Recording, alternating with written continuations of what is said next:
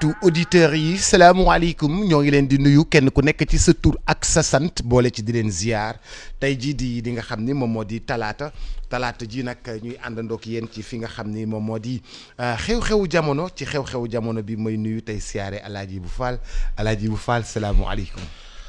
Boubs maa ngi lay nuyu di nuyu say auditeurs say internautes téléspectateurs yi. ak sama Saga Club bi xam naa si fii si kanam ñu dégg leen. Saga Club bi comprendre nañ la nag léegi nag. yow xam nga dañoo defe ne woon da nga leen contre wala da ngay wax contre ñoom mais Saga Club bi xam nañ ni waxoo contre ñoom. En tout cas daal xam naa danañu fuuraal soo si kanam man nuyu itam kii kilifa Mouhamed Kandji ndax suba mu bañ fi nekk di kii. di la jéem a waaw. Ibou Mbaye yaa ngi am jàmm. ça va comme ñëpp rek. merci Ibou dañuy ñëw ci li nga xam ni moo gën a fës ci actualité bi loolu la ñuy njëkkee. bi nga xamee ni ci mois d'octobre dalaloon nañu maître Moussa Diop fii ci E-Media ci alxames bu jot nga xam ne dañuy dalal koo xam ni daa bëgg a jiite réew mi. alxames bi sax ñu war a dalal Thierno Alassane Sall. ci guddi bu 21h30 jote maître Moussa Diop dafa fi évoqué woon ay jamono noonu rek daal di romb. waaye bi yoon dafa def conférence de presse génnee ne jamaa am na ñu koy exploité fii ci réew mi ñu ngi koy jël alalu réew mi la. Tudd si Aly Ngouille Ndiaye tudd si groupe Mimran ak yooyu yëpp. ak Macky Sall bon moom xam nga toujours mooy ndeyu mbile ji. et tout ça ñi wax nag ni vraiment démb police da koo wóolu. Police da koo wóolu te moom candidat la à la présidentielle est-ce que ça fait partie du grand show de la présidentielle wala réew mi am nay jamaa. man daal Boubs xam nga la laa gën a gëm. waa ji daal ay parrainage am matul amul caution. ay parrainage am matul amul caution. waaw muy wut nu muy génnee génn bu jekk. mais Ibou yow réew maa ngi yëngu ba bugg a dee nga naan ngay wax ay parrainage yu matul ak caution. yow foofu nga ko jàpp ak ñàkk programme loolu de moo ko jàpp kii c'est pas sérieux waaye Boubs ñi am caution am parrainage seen dossier mët ak li ñuy campagne duñu xuloo dañuy moytu sax ku leen catu ku sa parrainage mët nga am caution. waaw doo xuloo borom cax du xeex Boubs kii daal amul dara muy sonkolu pour génn ci wax ji. day sonkolu. waaw Ousmane Sonko kat yi la doon def di dénoncer ay kii ak yooyu ba am fi bës. mais nag bu amee yu am ci réew mi faw ñu dénoncer ko. non mais surtout que lui c'est un avocat xam na lu muy def. Boubs maître Moussa Diop. nekkoon na barreau de Paris. je pense qu'il cherche une sortie de cette affaire de présidentielle la candidature bi xam nga suñ ko jàppee tëj ci dugal fii bajame ko s'il n'est pas candidat il va pas dire que c'est pas parce qu'il n'a pas de parrainage ni de caution c'est parce que les autorités lui ont fait la guerre. C'est pas autre chose c'est de la diversion waaye. yow maître Moussa Diop gis nga costume yu rafet yu muy sol nga ne amul xaalis. costume yu rafet yu muy sol nga ne amul xaalis. te nga war a xamee nag c'est louche borom costume yu rafet yi non je suis convaincu qu'il n'a ni parrainage ni caution. Et ça il faut l'expliquer aux gens da ngay ñëw naa kii yooyu tu te prends au sérieux daal di présenter sa candidature après tu leur expliques quoi si tu n'es pas candidat non ça c'est de la diversion. Mais de la diversion tu peux pas accuser des pontes de la République monsieur Aly Ngouille Ndiaye qui semble être très sérieux. Monsieur c'est Boubs un bon candidat il s'occupe d'avoir des parrainages il s'occupe de son dossier de candidature ensuite il fait des propositions d'avenir aux Sénégalais xam nga gis nga ñi nekk fii di sànni ay kii ak yooyu c'est que en fait ils savent que la marche est trop haute léegi nag ni ngi ciy génn bu xaw a guerrier lu yooyu moo leen ciy dugal rek mais kii taw ça n'a même pas de sens ay présidence dafa jënd ay armes ak yooyu moom en quoi ça nous renseigne sur son programme moom li mu waroon wax nit ñi mooy moom fu mu toll ci dossier Parrainage bi. waaw Caution. dem ay moromam dem nañ déposer caution et c'est quoi son projet d'avenir pour le Sénégal mais ay fii am na jamono yooyu ay waxi caaxaan la.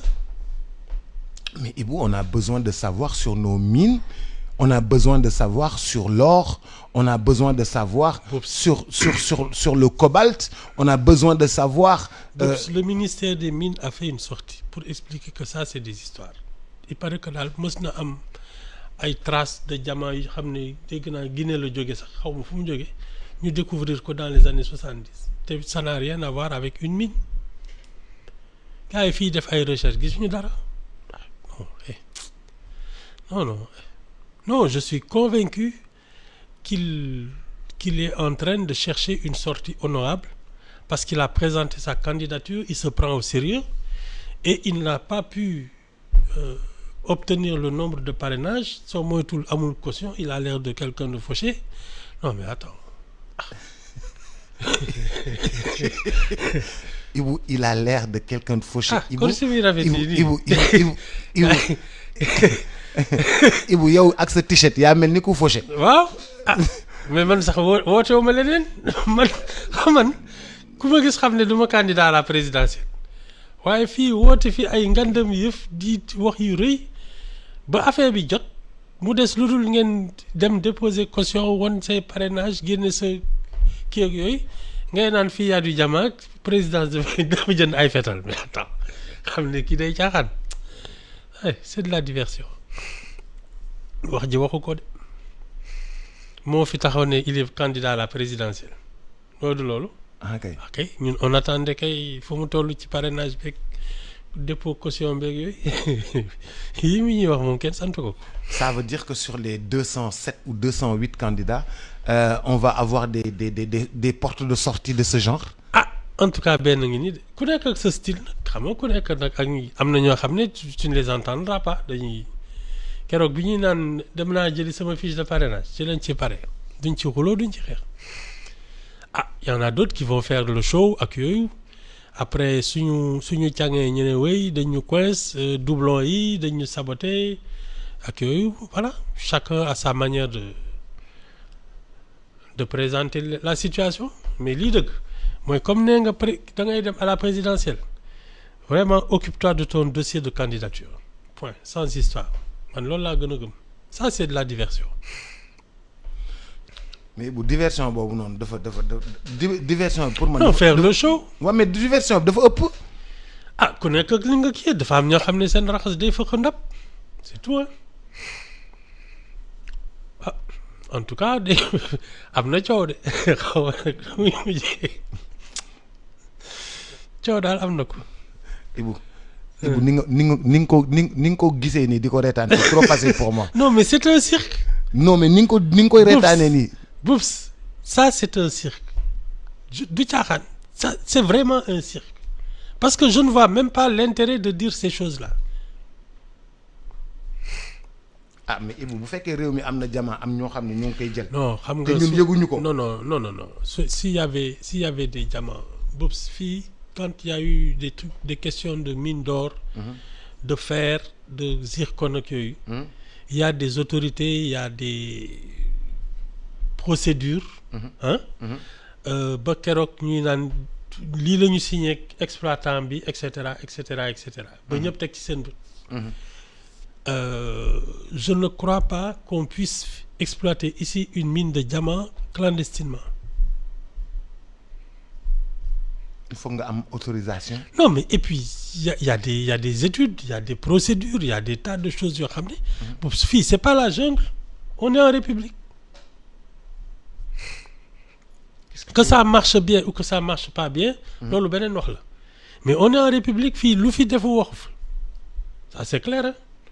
Si c'est pas les journaux ce sont les autorités c'est les concurrents parce que su doon sax c'était un truc très sérieux di nga ci gis au moins 2 ou 3 spécialistes de la question ñoo xam ne yàgg nañ ci yu koy xëccoo des gens qui s'y connaissent dans ce domaine di nga dégg ay multinationales yu ñëw ne et cetera mais loolu yëpp benn waay boo xam ne soo moytuwul il n'a jamais vu un diamant à 10 mètres de lui man fi Sénégal am na diamant waaye dama bàyyi. yow daal kon ñun daal ci benn cirque lañ nekk. oui ça c'est un cirque. yow daal lii doo ci dóor sa doom. et puis le clown n'a pas de talent ça c'est pardon. waaye kii daal vraiment le clown n'a pas de talent. le clown n'a pas de talent. te yow clown da nga ciy bëgg bu am talent. ah waaw. oui ça non c'est que c'est affligeant quoi ay magum jëm yu toog di wax ay waxi ñàkk fayda yi. Il faut parler de l'avenir de ce pays, de la citoyenneté, de l'éducation. Bu dul loolu sur les armes. Bops. Bu dul loolu sur les armes. Non. Les questions d'armes, de sûreté nationale, de sécurité, tout ça, ça relève de la raison d'État. Bops, c'est pas des sujets sur lesquels on doit s'amuser en public. Ne serait-ce que pour, si on avait demain des ennemis du Sénégal, ils ne doivent pas savoir quelles sont nos véritables forces. Ne serait-ce que ça. Du ay waxtaanu mbedd. Non, suñu ennemi waruñu xam ne am nañu ay armes. Non, mais boobu attends, il y a des choses. Les citoyens yi seen bopp. waruñ ko xam. Ils doivent seulement se sentir en sécurité. Ba keroog ñuy naan am nañ ku ñu attaqué keroog la ñuy naan nañu dajaloo.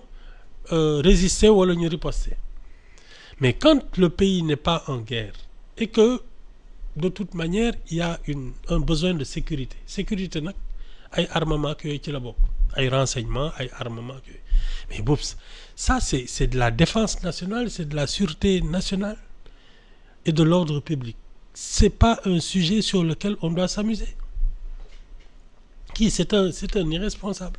ñaari sujet yëpp. armes yeeg jamaa yëpp du lu ñuy wax ci mbedd. non jamais non affaire wu jamaa sax c'est de l'économie c'est de l'exploitation mais su doon y avait de véritables indices mais du benn du ñaar du moom moo koy wax.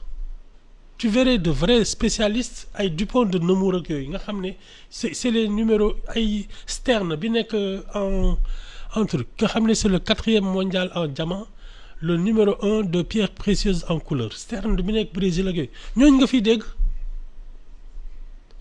mais pas ay Moussa Diop ta aussi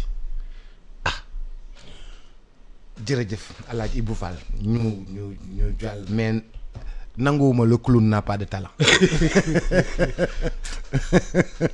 nanguwuma le clown n'a pas de talent Ibou da ngay déconner léeg-léeg. génn naa ci da ngay non tuubal loolu. tuubal loolu da ngay déconner Ibou Fall da ngay déconner Ibou ñu jàll ci beneen balaa ñuy ñëw ci procès bi nga xam ne ci la ñu jëm ci kanam kii di candidat bi di Amadou Ba. ma nga woon ca France. dem tàmbali tournée. dem si diaspora bi. dem tàmbali tournée diaspora bi ñu gis image yi nga xam ni mi ngi circuler ci réseau yi. mbooloo mu bari toppee ko foofu. est-ce que du li mu nekk premier ministre la ñu wuy si wala candidat bi la ñu wuy si. En tout cas meeting bi moom affaire parce que moom sa mission de premier ministre c'est mooy bi muy dem di rencontrer ils ont une mission là mooy Elisabeth Borne. Voilà la première ministre française su loolu weesoo bon c'est un candidat wax naa la ko et malheureusement il bat campagne avec les moyens de l'État bon loolu wax nañ ko fi bu yàgg. Malheureusement il bat campagne avec les moyens de l'État. Mais bien sûr jël avion état bi dem rencontrer Elisabeth Borne profito ci. gis waa diaspora bi. gis fii. oui wax ak ñoom. oui c'est des malheureusement bon comme ñun dafa mel ni nangu nañ loolu c'est pas grave. mais yeneen candidats yi ñoom bu ñu bëggee dem gis diaspora bi nu ñuy def dañuy dagg billet avion. waaw seen paasu bopp la ñuy kii di mais li ma ci wax tam mooy comme toujours xam nga ay meeting ak yooyu c'est du spectacle. bëriwul na nit de. non c'est du spectacle xam nga tu as des figurants. C'est toujours dans la bataille psychologique parce que fii comme je dis on vole au secours du succès soo bëggee nit ñi wuyu si la da ngay wane ne am nga mbooloo ñu ñëw doolee ko si ça fait partie de la bataille psychologique mais bon man li génn ci urne yi rek laa gëm. gëmoo nit ñu bari. non ah toi aussi yow les marées humaines du parti socialiste bi muy daanu. Mbaye Ndiaye Kosapat. waaw ak ñoom Ablaye Wade bi muy naan. meeting 1 million de personnes. fii xanaa gëj ngaa dégg Kosapat. Mbaye Ndiaye. waaw non yàgg na yi. Mbaye Ndiaye Kosapat. ah moo yoroon le mouvement de soutien Abdou Diouf. Kosapat mu nekkaloon Guédiawaye xaw ma. Kosapat. waaw loolu dafa loolu fooroon na de moo bàyyi woon manqué yi ñu naaw. foog naa de Mbaye Ndiaye Kosapat waaw. bu Colobane la woon meeting bi. Parka Mazout. non et puis ak même Wade foog naa moo fi njëkk indi ay ballon yooyu ñu naan ay campagne à l'américaine ak yooyu yëpp def nañ ko fi mais ça ne te fait pas gagner. 2000 def nañ fi loolu te gagné wuñu. voilà 88 les marées humaines que Wade traînait dara 93 pareil 2000 socialistes itam ils avaient du monde ak yooyu. te gagné wuñu. gagné wuñu Wade mi en 2012. bi muy naan sama meeting bi 1 million de personnes xaw ma ñaata loolu la ko teree kii dara Boubs aux dernières élections Benno Bokk Yaakaar a fait 1,7 million voix. 1,7 million voix. waaw législative yi. Yewwi Askan Wi a fait 1,70 million voix. nañ dégluwaat urne yi rek. ay fii fees naag yooyu moom vraiment bon c'est du show ça fait partie des arguments yoo xam ne parce que fii voilà pour wane ne daal yaa fi nar a taxaw mais dara vote bi rek mooy dëgg. vote bi rek kay dëgg. waaw li ci des yëpp. non c'est waaw kii la rek bataille psychologique surtout que la campagne n'a pas commencé ñiy woote ay 4 millions de parrainage rek. lu ne ñu dugg ci non c'est juste la bataille psychologique mais la vérité c'est pendant la campagne suñu demee ba xam ne ñan ñooy candidat définitif ñu daw pendant 3 semaines wax ak nit ñi ñu gis leen seetlu leen et dimanche ba jot ku nekk jël sa carte xam fa looy def tout le reste c'est du cinéma. man cinéma dugguma ca. paasuma. ñëwuma. toogal seetaan rek. oui. kon ma toog seetaan. Ibou tey dafa am li nga xam ni moom moo di maanaam délibération. ci li nga xam ni moom moo di maanaam éligibilité wu. Ousmane Sonko. maanaam ni ñuy jouer prolongation judiciaire la ko gars yi tuddee. boo dem nañu jóge nañu Ndakaaru dem Ziguinchor. jóge Ziguinchor ñëwaat Ndakaaru. war a demaat tribunal defe naa hors classe. grande instance. dafa mel ni tey c'est décisif. ah waaw de façon man c'est moi si man vraiment depuis pas mal de temps. moi je considère que l'affaire Ousmane Sonko relève de la raison d'État donc bon maintenant libre à eux de penser que voilà il a encore des chances d'aller aux élections. Bon ku mu neex parce que c'est leur droit aussi de tenter. waaye man de li may jàpp son histoire là. elle est gravissime et yi ñuy jéem a indi naan c'est encore une question politique moi je crois que les gens n'ont pas pris la mesure de la gravité de sa situation. Qu'est-ce que tu veux dire par les gens n'ont pas pris la mesure de la gravité de l'affaire?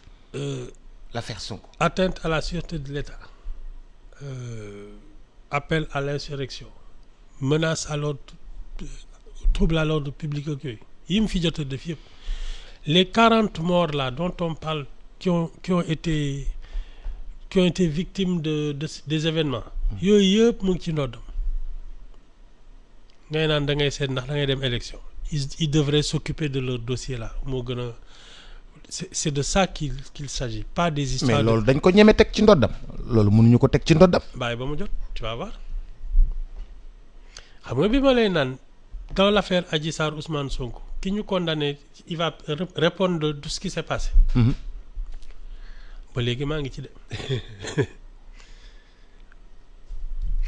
ki ñu condamné il va répondre de tout ce qui s'est passé. mooy dégâts yi de mars 2021 à juin 2020. mooy dégâts yi. les morts et tout. ak morts yi. oui lépp li xew. oui mais lépp li xew mënuñu ko teg loolu amuñu droit teg ko sax. ah baax na les poursuites là yi ñu ko kii mais loolu la. trouble à l'ordre public. oui parce que la amee di 40 morts. atteinte à la sûreté de l'État. mais loolu dafa bari di. 8 chefs d'accusation. waaw moom la de. non c'est quand je les vois batailler pour des histoires de nañ ko delloo ci lycée yooyu je me dis ñii ils savent pas la gravité de ce qui les attend. ah mais on a dissous un parti BOUPS. Un parti qui a légalement constitué. Et qui est la deuxième force à l'Assemblée nationale. nga tas ko nga xam ne c'est pas du chahut. léegi su la neexee ñu ne dañuy dem élection le vrai dossier sur lequel ces avocats doivent se pencher mooy lii ñu ko jiiñ. ah nañ leen déglu ba xam. Ibou yow da nga may jéem a tiital wala. non. lu ci sa yoon. non non da nga cof ci Pastef da nga am. affaire yi dafa da nga am bracelet li nga may wax nii dafa ngand. mais moi c'est ça qui m'étonne en fait parce que lii nit ñi di débattre ay nañ ko delloo ci liste yi buñ ko delloo ci liste yi bàyyi fii des affaires qui ont fait 40 morts des milliards de dégâts matériels. waaw matériel déstabiliser un pays pendant 2 ans nit ñi ne loolu garaawul nañ ko delloo ci liste électorale yi moi c'est ça qui m'étonne.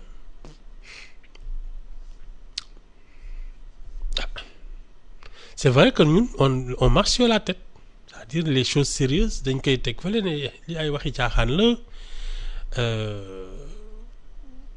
bi ñu fiy taal ñaari xale ci biir bus yi ba ñu dee mais BOUPS yooyu yëpp soo moytul ci liñ ci dossier bi lay bokk ngeen naan nañ ko delloo ci liste. mais loolu mën bokk ci dossier bi parce que moom. moom laalewul foofu fekkewul foofu. baax na ba mu jot. moom laalewul foofu fekkewul foofu de. ba mu jot ñu bëgg ko dugal bëgg. mais attends bi ñu fiy jàpp ñëpp ba ñuy naan ay ils sont détenus actuellement. ñu doon def ay cocktail molotov ak ay kii ñu naan dañ doon projeter ay attaques ak yooyu. mais on te parle de tout ça.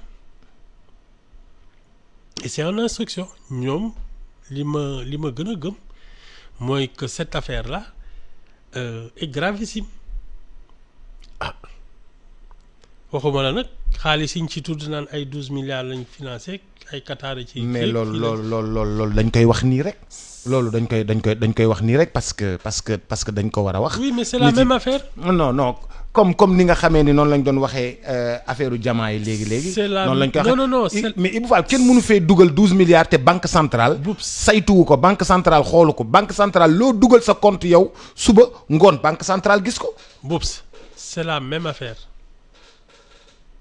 moi je suis pas sûr que l'argent soit passé par des comptes yooyu mais de toute façon lii ñuy wax yëpp ay les financements les forces occultes les appels à l'insurrection yooyu c'est la même affaire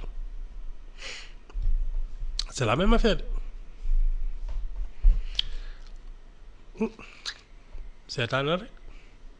non de toute façon ils sont en instruction.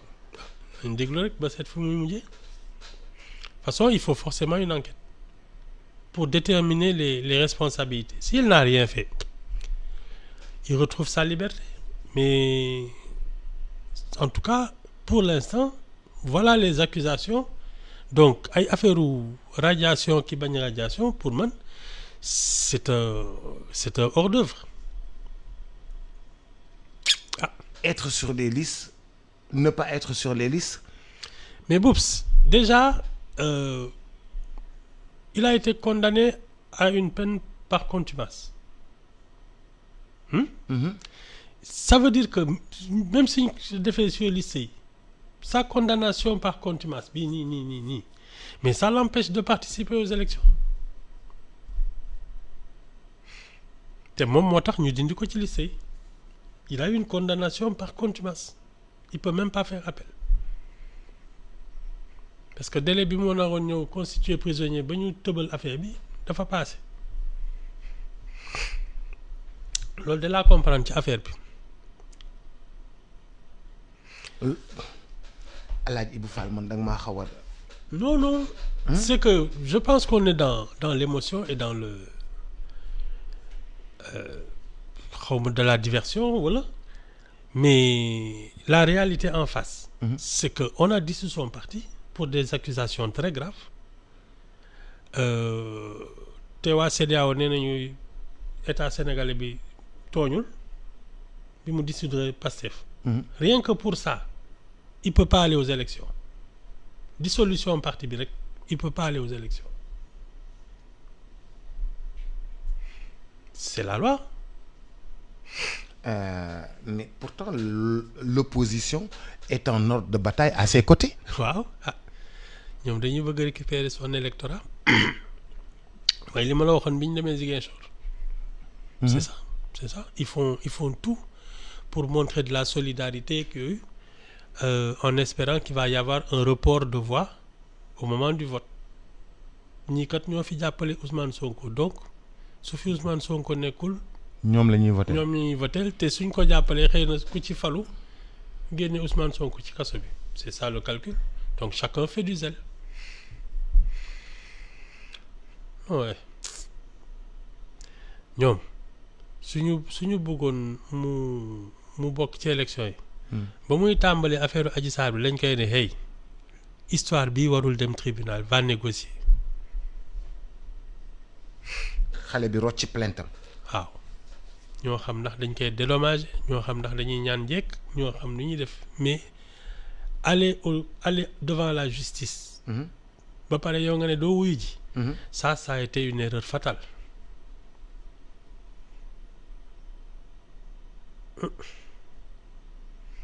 nañ leen seetaan. Premier ministre bu dem rencontrer président Diouf loolu moom président Abdou Diouf loolu moom lan la ko mën a jural wala dafa am courtoisie la wala.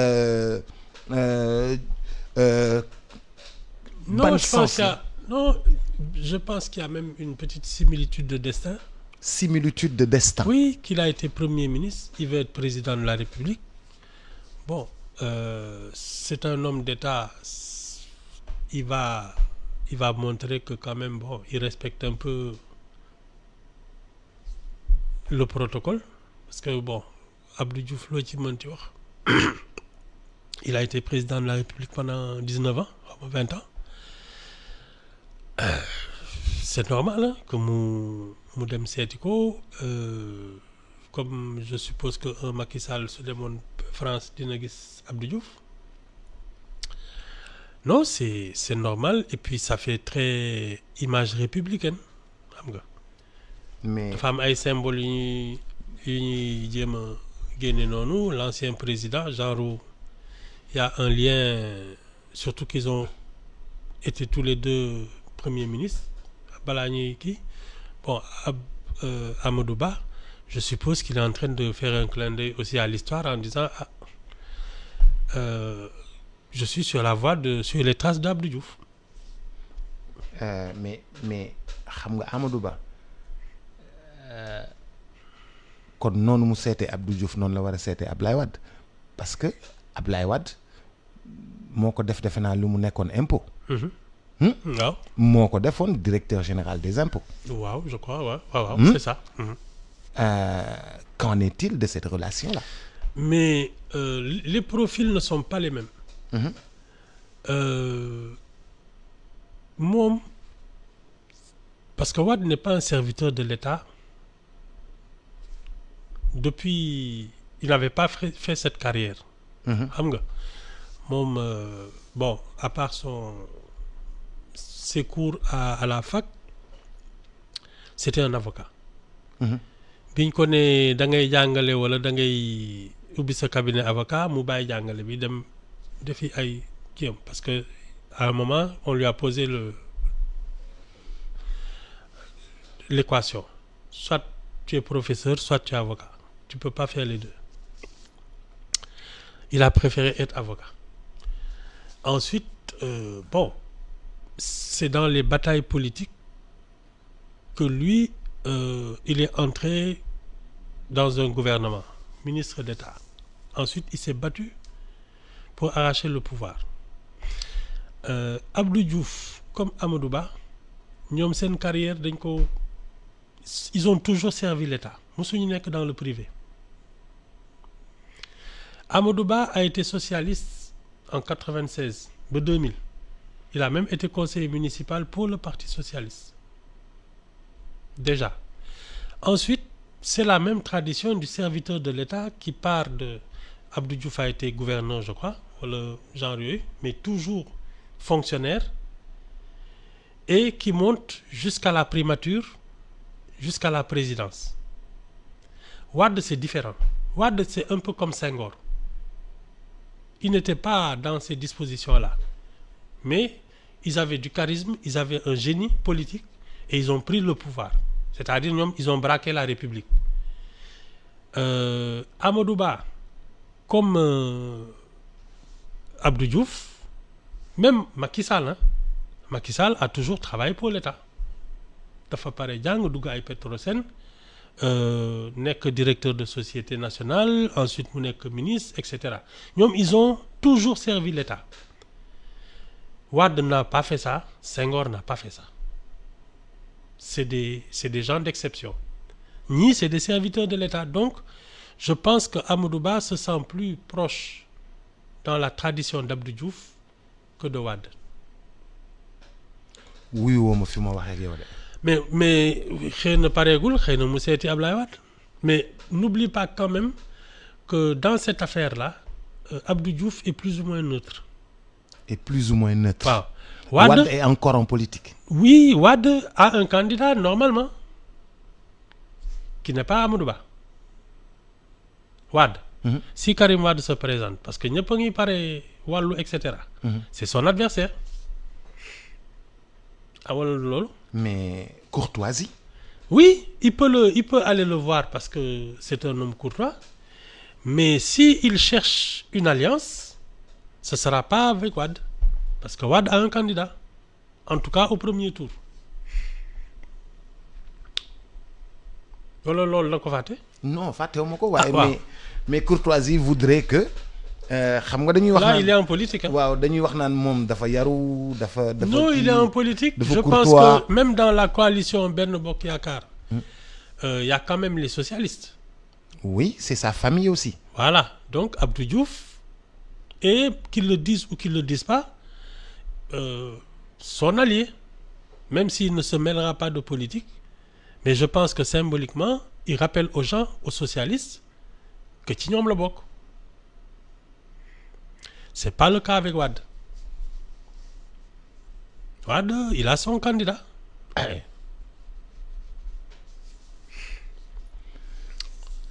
Qu'il aille le voir après les élections comme ancien président, je trouve que ça peut être normal.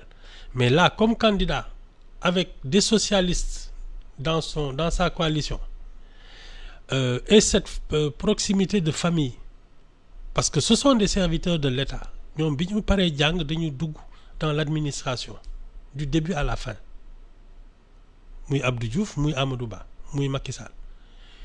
Ils ont ce lien de parenté, au moins professionnel, ce qui n'est pas le cas avec Wade ni Senghor. Sama xam-xam bu gàtt. waaw mais xam naa ni daal courtoisie bi da gars yi am na ñu ko rafetlu. Non, c'est plus que de la courtoisie, c'est un clin d'œil politique. C'est un clin d'œil politique. Oui. Excuse-moi. Abdou Diouf pour les socialistes représente encore quelque chose, leurs années de gloire. Mu neex bu naqadi. C'est comme Senghor bi mu gaañoo socialiste yi tous les 21 décembre dañuy dem sur sa tombe wane ne moom mooy seen baay. Abdou Diouf, il a représenté quelque chose. Donc, les socialistes qui sont dans le camp d'Amadou Ba, ils voient ça d'un bon œil. C'est une manière de leur dire ñoo bokk. Il y a ça. Et il y a en fait pour moi la même filiation. Ce sont des fonctionnaires. qui sont partis du bas de l'échelle et qui sont allés jusqu'au sommet qui yeggagul présidence mais il a fait toute sa carrière dans l'administration comme Abdou Diouf et comme Macky Sall loolu de laa gis mais du tact. du tact mooy lan tactique la daal. oui non c'est un geste symbolique politique en direction des socialistes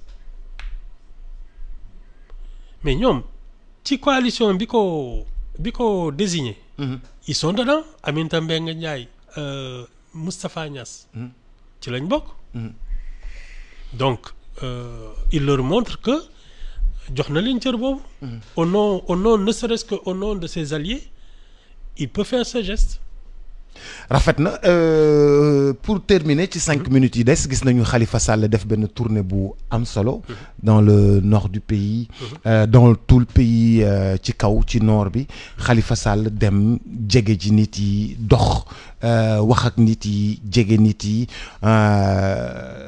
on a vu ces images là muy rappeler geste candidat boo xam ne day dem déglu nit yi waxtaan ak nit yi Khalifa Sall dafa mel ni mi ngi teg moom tamit ay jéego yu baax de. moom dafa yàgg politique boops tu oublies qu'il a été maire de Dakar qu'il a été ministre député et cetera non on ne lui apprend pas à faire une campagne loolu moom c'est clair bon ay xam nga man sama mon avis sur la candidature de Khalifa Sall là ça a pas changé bon maintenant les Sénégalais moom ils votent pour qui ils veulent. Mon avis sur la candidature de Khalifa Sall. Non. et de Karim Wade sa avis changé wu ci. non. même bu fekkee ni justice da leen a lavé sa avis changé wu ci. non justice lavé wu leen le cas de Karim Wade pour man il est un peu différent. La manière dont il a été jugé pour moi n'est pas équitable mais ça veut pas dire qu'il est innocent et jusqu'à présent il est condamné. C'est-à-dire que si on reprend son procès dans des conditions normales et qu'il est acquitté, loolu je trouve que c'est normal qu'il se présente à la candidature. Mais on peut reprendre son procès et confirmer sa condamnation avec des preuves.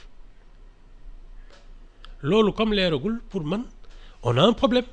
Khalifa Sall nag moom ça c'est pire moom moo taxaw fii ne moom il a fait des fausses factures waaw ñu condamné ko que les gens acceptent maintenant qu'il soit candidat man sama yoon nañ ko voter su leen neexee non je suis désolé mais il y a quelque chose d'immoral dans sa candidature. Ibou bu fekkee ni waxtaan nañu ba juboo waa réew mi.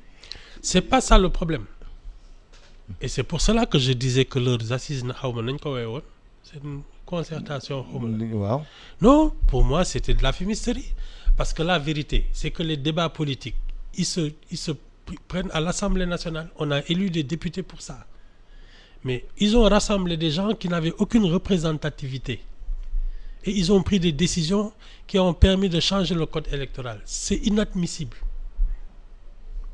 loolu mooy dëgg dañuy fontoo nit ñi ils ont fait leur petite cuisine là en contournant ce qui est les institutions quand tu veux débattre des questions politiques tu les poses à l'Assemblée nationale.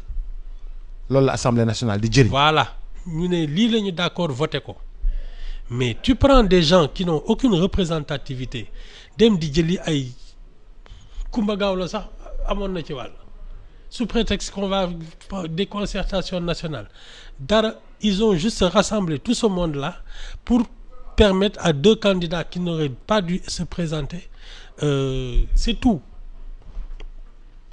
et moi je trouve que c'est indécent. balaa ngay gën a énervé bàyyi la nga dem. waay balaa ngay énervé dégg nga maa ngi lay gërëm ba suba ak jàmm.